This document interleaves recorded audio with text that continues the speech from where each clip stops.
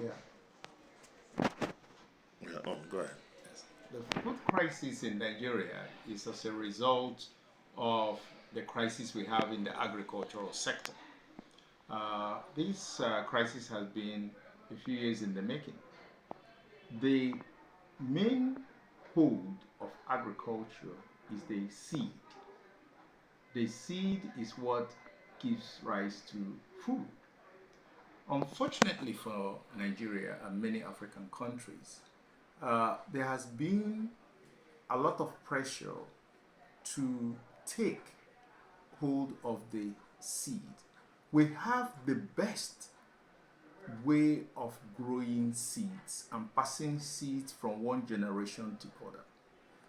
Unfortunately for Nigeria, they adopted the new approach by the biotech companies to change our seed practices, the seed storage system, the use of seeds. They now introduce this homogeneous seed structure through seed councils to monitor the growing of seeds which are coming from the biotech companies and introducing these seeds into the agricultural sector.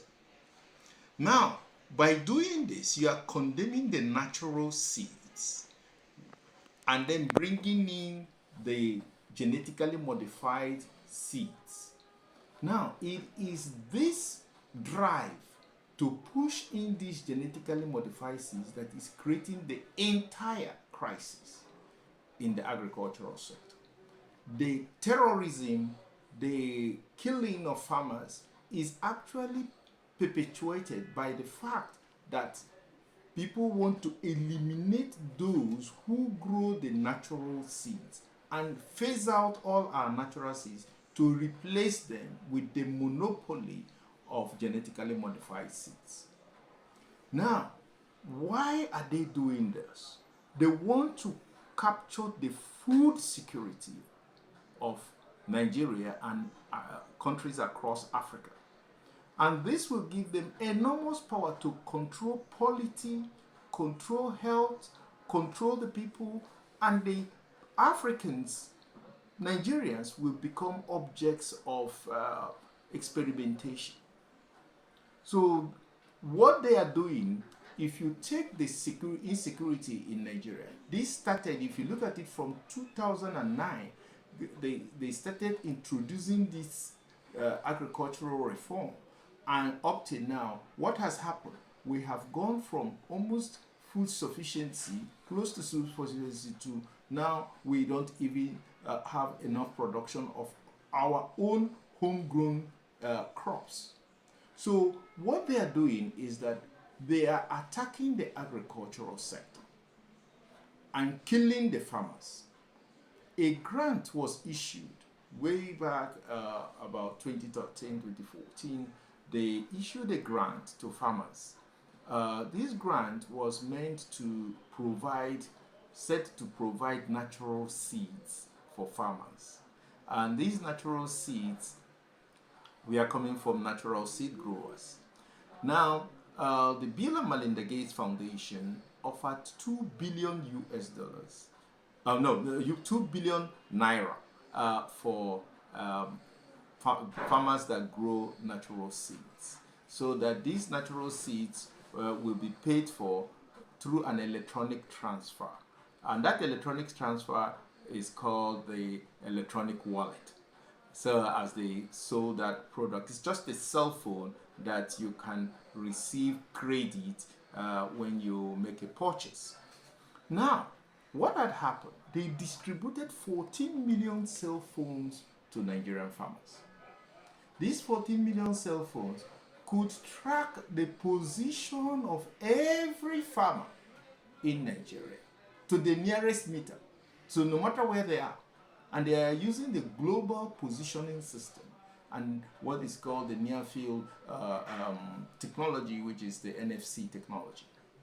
So they knew where the farmers were, and they knew among which farmers are the seed growers, because other farmers made purchases of seeds through the system. By knowing exactly where the natural farmers are, they targeted using mercenaries, which are popularly known either as bandits or Boko Haram or herdsmen, under that cover of religion, and they went after all these natural seed growers because without them there is no farming. Without obtaining the seeds, you don't have any farming. So they went after them and killed them in their homes and in their farms wherever they could find them. This is what precipitated the lack of the input, the natural input we have into agriculture to produce crops.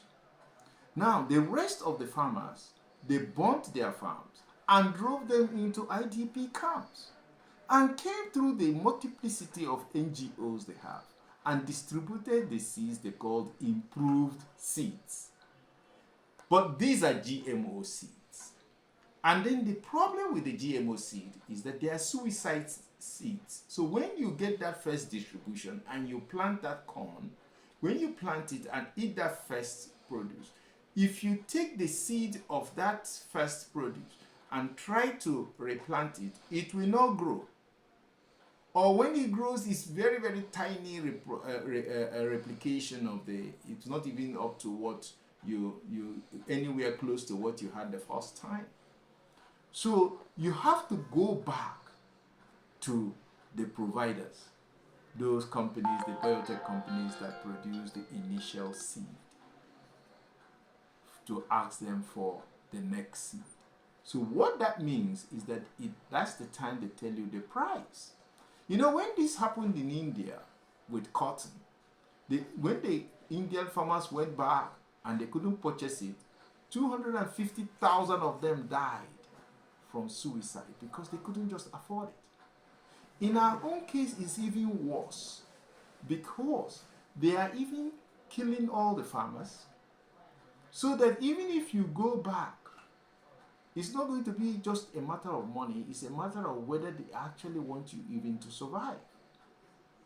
So this is what is precipitating the crisis. They finished killing most of the seed growers in the northeast. They moved to the north central. They are going towards the northwest. They are coming down to southwest, and eventually they will be everywhere, including the southeast. For example, if you take what they are talking about, the herdsmen, they started a program in Niger and Chad Republic, funded by these same international agencies. What they did was they called it cattle fattening program. So what they did was they breeded a sort of cow that can eat cassava. You know, many of the species don't eat cassava because of the high toxicity as the acid in the cassava strain. But these ones, they breeded them specially. And then gave it to their mercenaries to bring down to everywhere in the country. It is these mercenaries that they armed with AK-47. What does a normal Fulani herdsman need an AK-47? They are not Fulani. None of these people are even real northerners from the north of Nigeria. Most of them are imported mercenaries from outside. Now, to tell you that this has nothing to do with religion or anything to do with tribe, between 2015 and 2018, 37,500 people were said to be killed by Boko Haram. This is data given by the United States Council on Foreign Relations at the Senate testimonies. Now, with these 37,500, 85%, that is 32,000, were Muslims. 32,000 or 85% of the dead were Muslims. 5,500 or 15% were Christians. So how could an Islamic terrorism kill 85% of Muslims?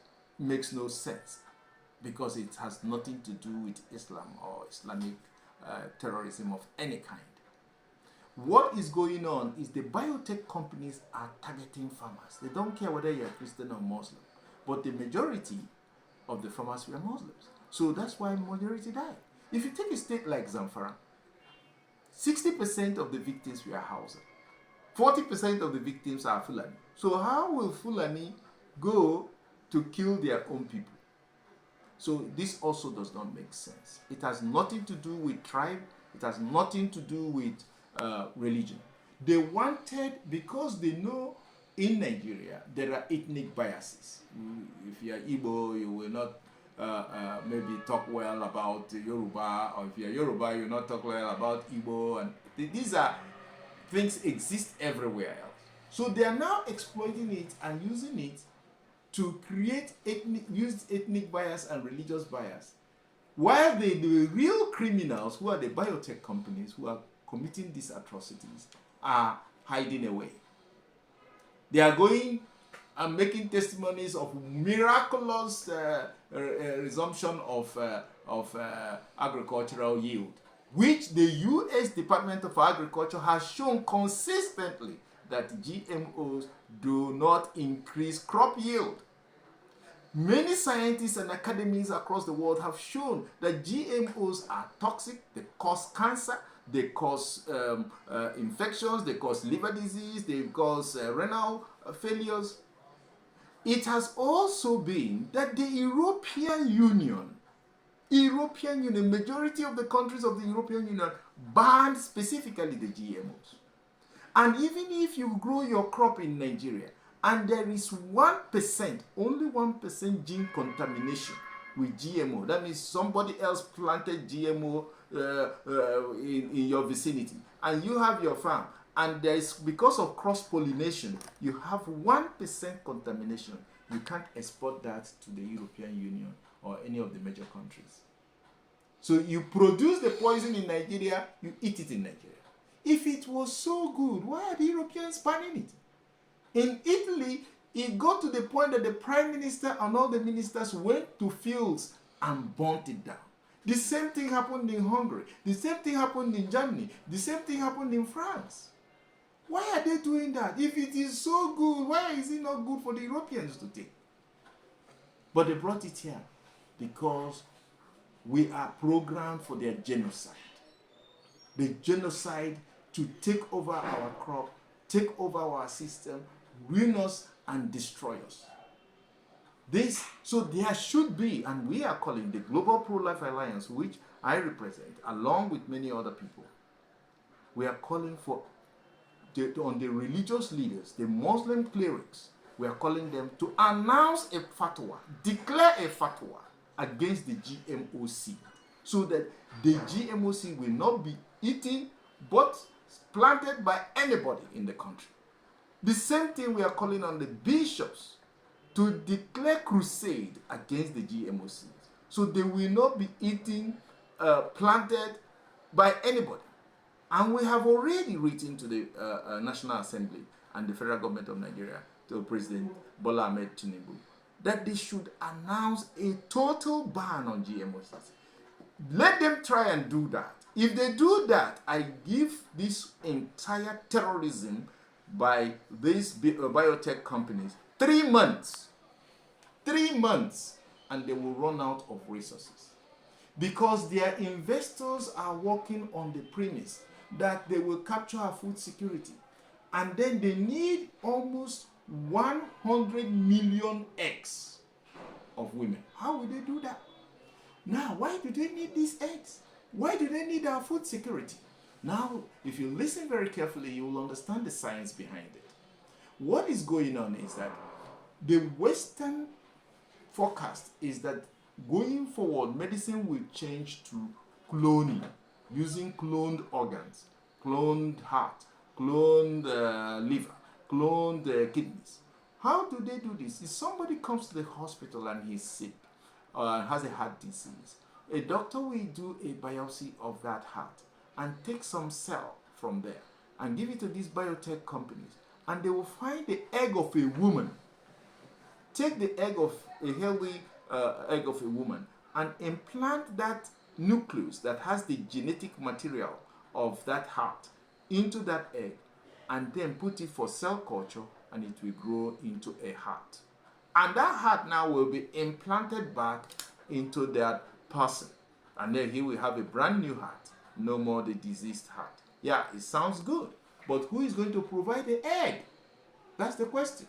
Every country banned this use, including in Britain it was banned, and across Europe. But here, they now allowed it. And even they inserted it to be law in the National Health Act. They put it that a garment is not even a human tissue. So you can even sell it, market it. They put it in the law of National Health Act of 2014. So what it now means is that our Nigerian people are being provided as the laboratory rodents for their experimentation. They need 100 million eggs. That means that we need about 10 million women who will forcefully have their eggs taken. So how will they do that? What they are doing right now is to find a way to capture the food security. They will insert a gene called epicite gene. They can insert that epicite gene. That epicite is a company, it's a US company which invented the gene that can sterilize somebody. So you will not be able to have a child. Now they sold this company to Monsanto. Monsanto now inserted it in their gene, in their corn, in the gene of the corn. So to show conceptually that this works. Now they are coming now with these GMO corns to us and say they are drought tolerant and all that, which is not proven anywhere. So what now happens is that if you take this any corn that has this epicite gene and give it to school children while they are doing their school feeding, or give it in mass to people, what will happen is that many of the people there will come out sterilized. So if they are sterilized, what will happen? They will go to IVF clinic to try to have a child.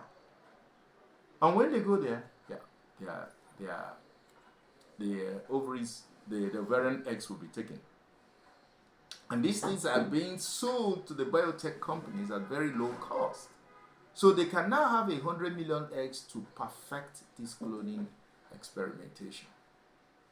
And once they perfect it, who gets the money? The billionaires, the big countries, who are investing this and actually aiding and abating violence in Nigeria, so that they will make the country ungovernable. So how will we deal with this, given these enemies all across that have surrounded this country and causing all this violence? Very simply, we need to create awareness among our people. That's why we are calling on the religious leaders. They must come in. It is not just a government affair. Then we are calling on the Senate, the House, and all of them should pass a ban of this, on this GMO. Let us go and find the natural crops. We will manage to do that. Then the next step is, once we ban this, we will make sure that those people who are facilitators of this are brought down to the book of the law of Nigeria. So you cannot be backing GMO spread, backing violence in this country, and then causing treasonable offenses and go scot-free. Those organizations, the NGOs, the persons must be brought to the book of the law. Thank you very much, bro.